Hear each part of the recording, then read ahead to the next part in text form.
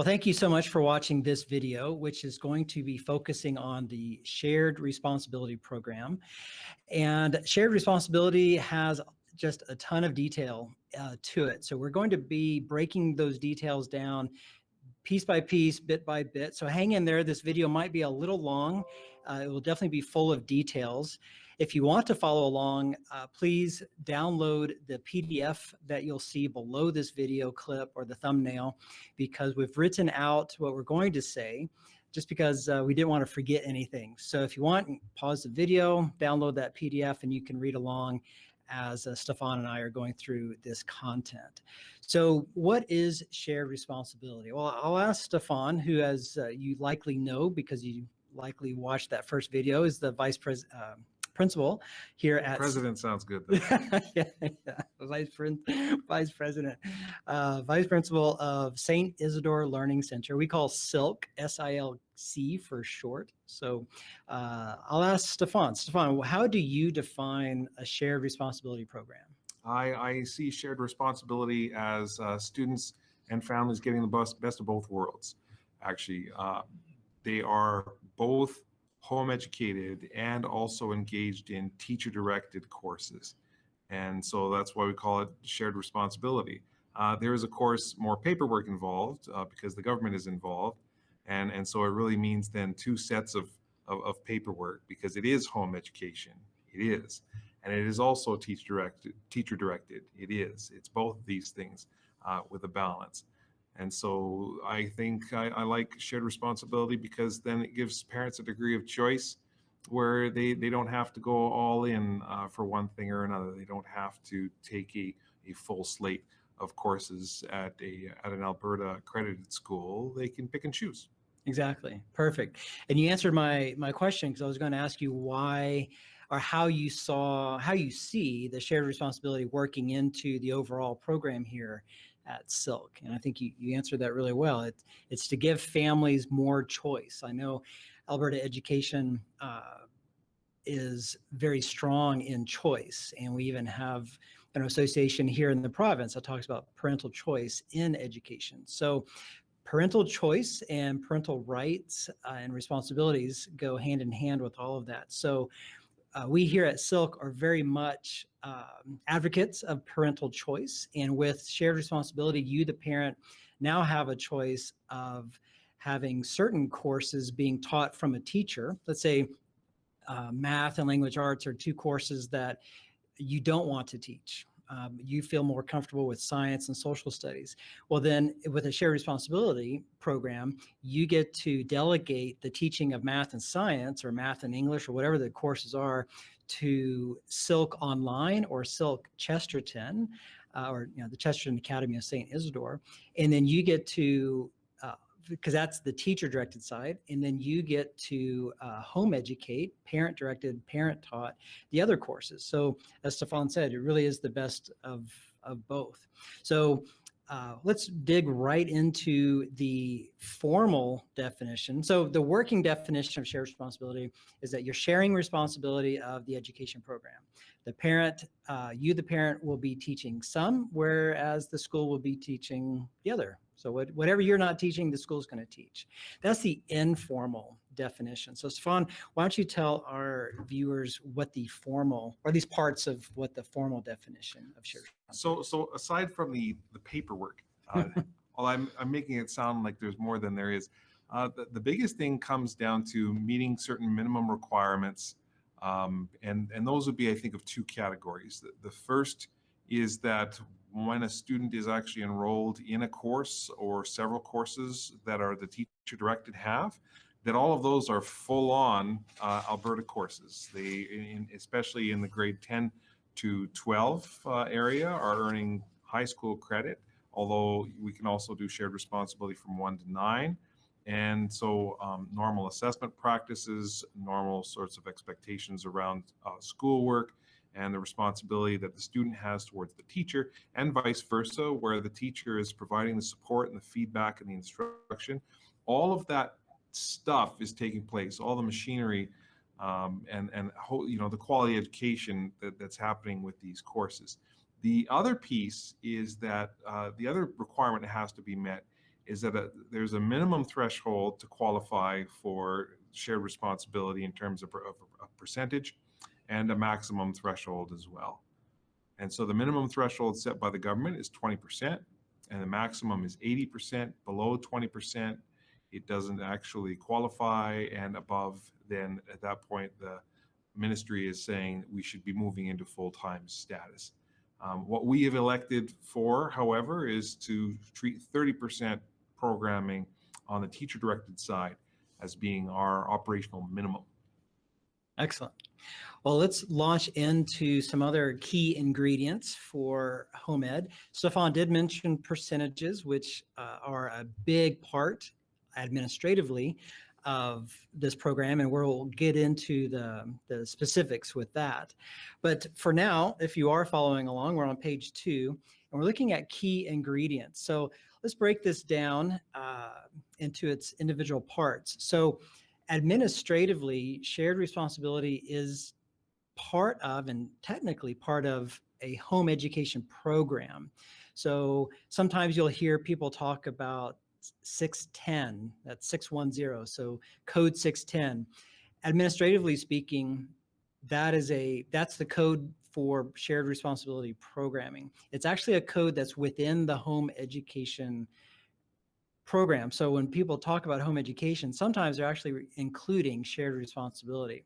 So I wanted to mention that detail because in a shared responsibility program, you, the parent, will still be receiving home ed funding for your child, but not the whole amount. And the reason for that relates to those percentages that Stefan mentioned, and we'll get to that in a moment.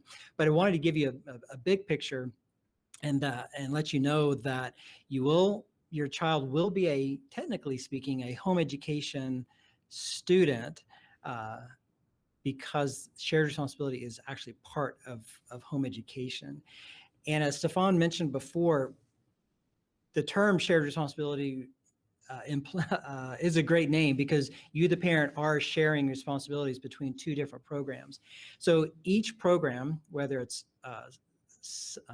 Silk Online or the Chesterton Academy of St. Isidore, so 2 or both, and you can talk a little bit more about the options within the online learning side of things. Absolutely. But when you're in both programs, all the requirements for each program will apply to you. So there's a full registration for the teacher-directed side. There's a full registration or notification for the home education side. So again, you are sharing, or you're blending, which the term blended used to be the name of this program. You're blending 2 different programs. Really, you're integrating 2 different programs into one cohesive learning plan. But all the requirements of each program are what you're responsible for. So just wanted to mention that.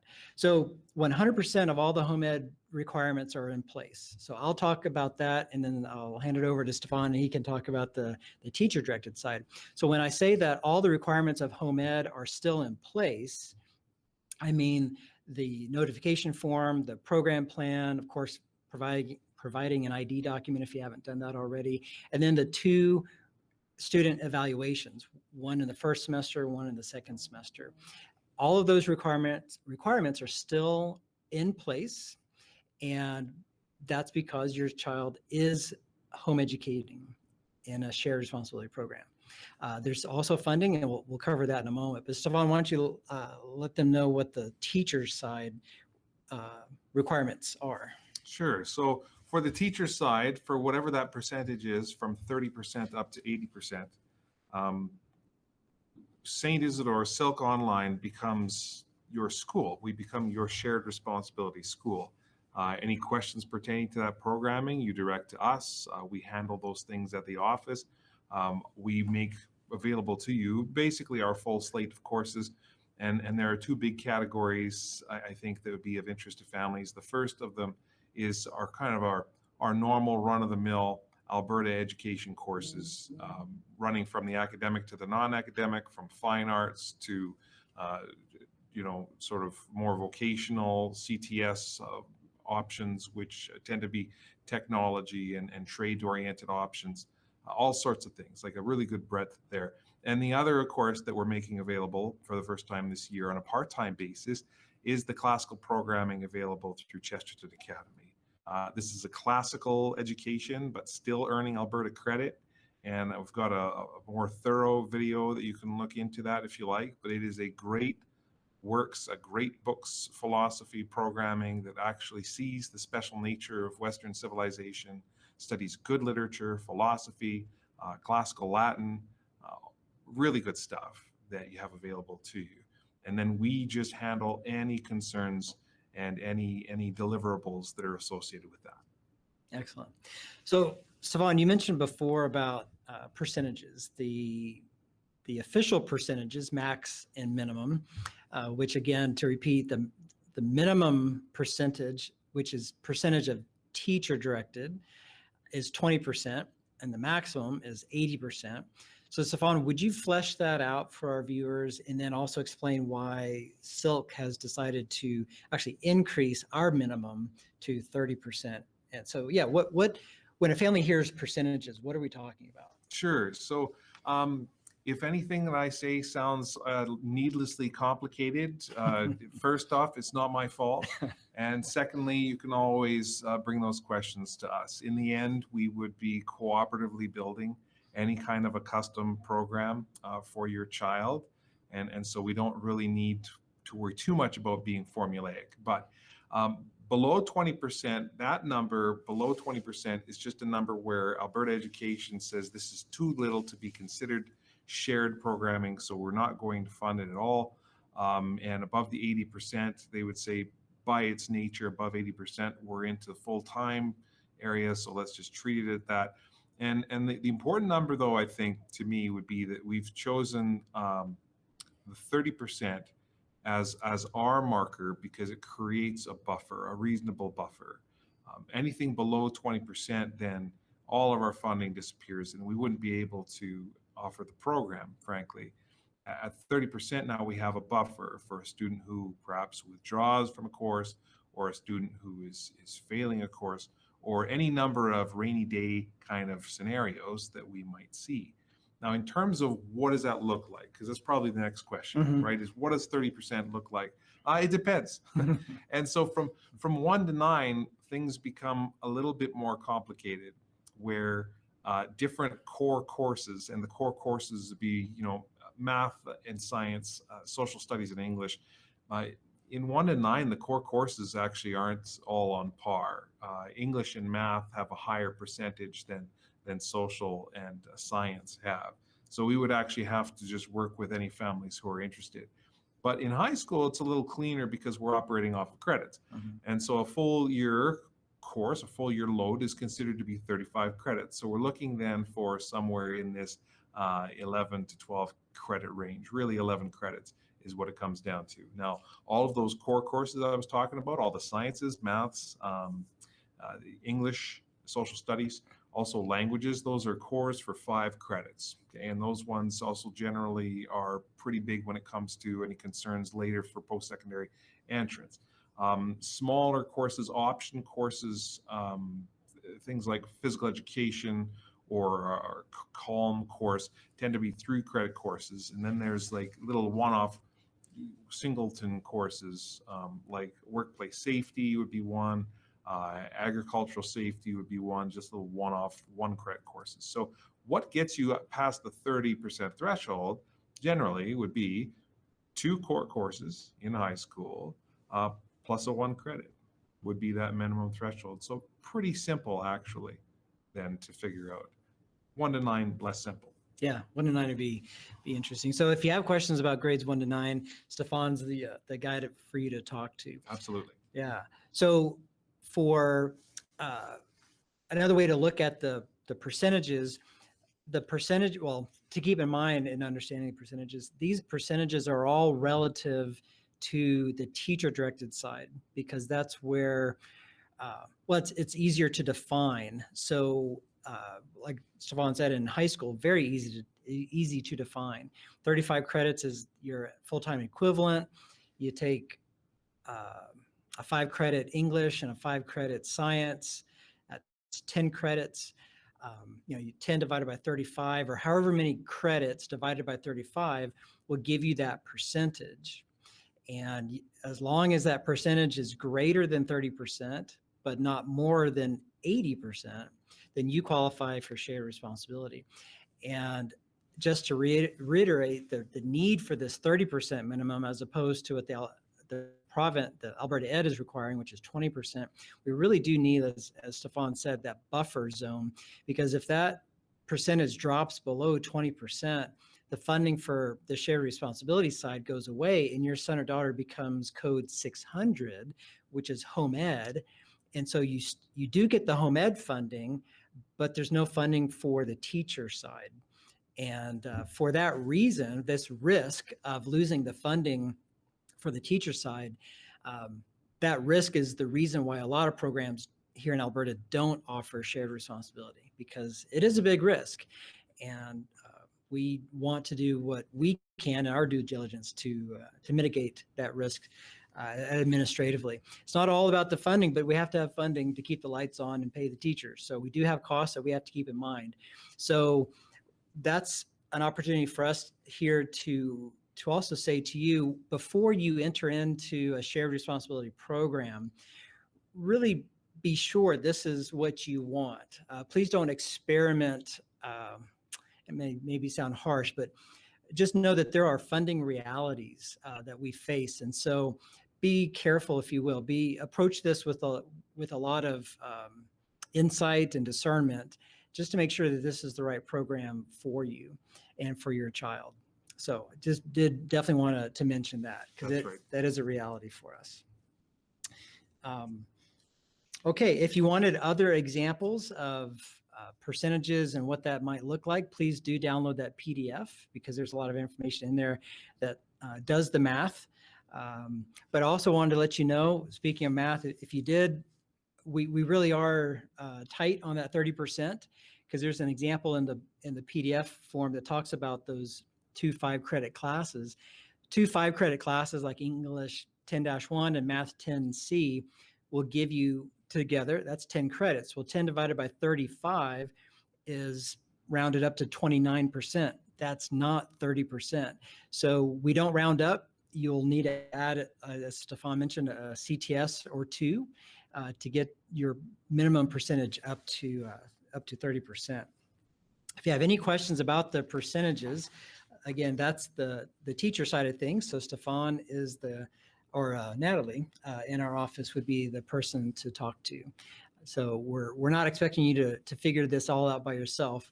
We did want to let you know some details that we'll be looking at when we come up with your shared responsibility program. That's right. We are here to help. Yes, definitely. Well, I wanted to transition now. If you're following along, we're on part C, which is on page 4. And the topic there is the key impact on home ed funding. So we talked a bit about the percentages and how that affects administration details and enrollment and even your status as shared responsibility. I want to go back to what I said before at the beginning of the video, which is your son or daughter is a home ed student. So in this shared responsibility program, your son or daughter still will be receiving home ed funding. Not the full amount, but a percentage. So again, we're dealing with percentages. So your percentage will go down, not but your child's percentage is percentage of home ed funding will decrease by the percent. Well, how can I say this? It's like the reciprocal. If you're going back to our example with the math, the 10 credits plus CTS, let's say you're at 30%, you meet that minimum 30% teacher directed level. Well, so your 30% of your teaching program or your learning program is coming from a teacher directed side. So Alberta Ed says, well, 30% of your program is not parent directed, but is teacher directed. So that leaves 70%, which is parent directed. So you take 100% home ed minus the percentage of teaching that's coming from the teacher side of things. You take that result, which in this example would be 70%. So it's 30% teacher side, 70% parent side. You get 70% of that home education grant.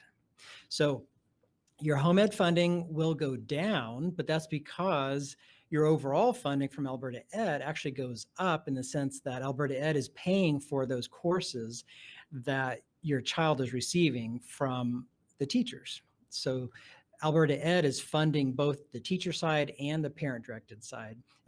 And because they're paying basically two bills for your one student, your home ed funding will go down. So there are way more details in the PDF, so I do recommend downloading that. But this is a good time to address the fact that your funding for home ed actually goes down. There are many people who will call, or in the past have called and asked if Alberta Ed, or if in this situation, St. Isidore would be receiving more funding for a shared responsibility student. And the problem with that question is the definition of funding. In the past, there's been, I would say, questionable practices surrounding what used to be called blended, what's now shared responsibility. And a lot of families would call and ask us if we were getting more funding for a blended or shared responsibility student. And the problem, as I mentioned before, with that question is the definition of more funding. When a home ed family asks about funding, typically the context is the parent funding, the amount of money that Alberta Ed provides to the home educating parent for the reimbursement of authorized learning resources. That's what a home ed family or parent typically thinks of when they hear the word funding for a student. But in our situation, funding can mean that, but it can also mean the funding that goes to the teacher side, the school side of things. So you have a definition of funding that can go one of two ways. And in the past, the misunderstanding has been to apply what the definition from the teacher side and bring that definition into the home ed side. So I'll say the answer to your question, does a shared responsibility student generate more funding or get more funding from the government? The answer is yes and no. Yes, there's more absolute funding because, as I mentioned before, Alberta Ed actually gets two bills from St. Isidore. One bill is for the teacher side of the program, and the other bill is for the home ed side of the program. So in that context, in terms of overall funding that's required to run the shared responsibility program, yes, a shared responsibility Code 610 student does get more funding. The answer to your question is no, if the context is, does a home ed parent get more funding because of a shared responsibility program? That answer is no, you don't get more, you actually get less for the reason I mentioned before with the percentages.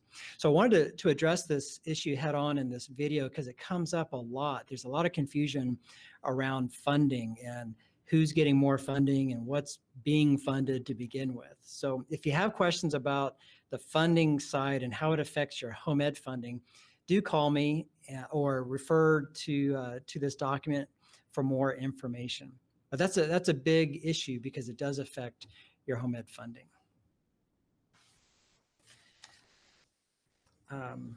It also, so moving along to the next part, shared responsibility also affects the home ed side with the home ed program plan and your two required evaluations. So not major impacts, but it does bear mentioning here that in your home ed program plan that's still required because your child still is a home ed student. In that required home ed program plan, you won't mention anything in that program plan that's being provided by the teacher side of the program. So if you're not teaching the math and English, don't include math and English on that program plan. Now in our program plan, you'll likely see an entry field just saying, I'm getting my math from shared responsibility or from the teacher side, or I'm getting my English from the teacher side. And that's to help your facilitator know that you didn't just forget, and us as well, you didn't forget to mention it. It's on purpose. You didn't mention it because it's being provided by the teacher side. And because then we handle all the reporting on that end. That becomes our responsibility. Right. And then in the 2 evaluations that are required, one in the first semester and one in the second semester, your facilitator will not be asking for progress and achievement on those courses that you're taking from the teacher side, because as Stefan mentioned, they have that covered already. And someone else is already asking you that in the form of quizzes and tests and assignments. The teacher on the teacher directed side is handling all those evaluations. So your facilitator who's there to evaluate the home ed side of things, the parent directed side of things, won't be asking about anything that's being evaluated and managed by your teachers. So that is it in a nutshell. There's a lot to it. So if you have questions on the home ed side, please do call our phone number 780-467-5511. We have many videos in this virtual open house that explain all sorts of things related to home ed. But if you have questions specifically about shared responsibility for the home ed side, please call me and I'd be happy to help you out. And if you've got any questions on our end, on the teacher end, or about what actually constitutes 30%, or even programs running up all the way up into 80%, our phone number is 780-449-6463. That's 780-449-6463. And our email is silk@eics.ab.ca. That's SILC at eics.ab.ca, which is also on your PDF.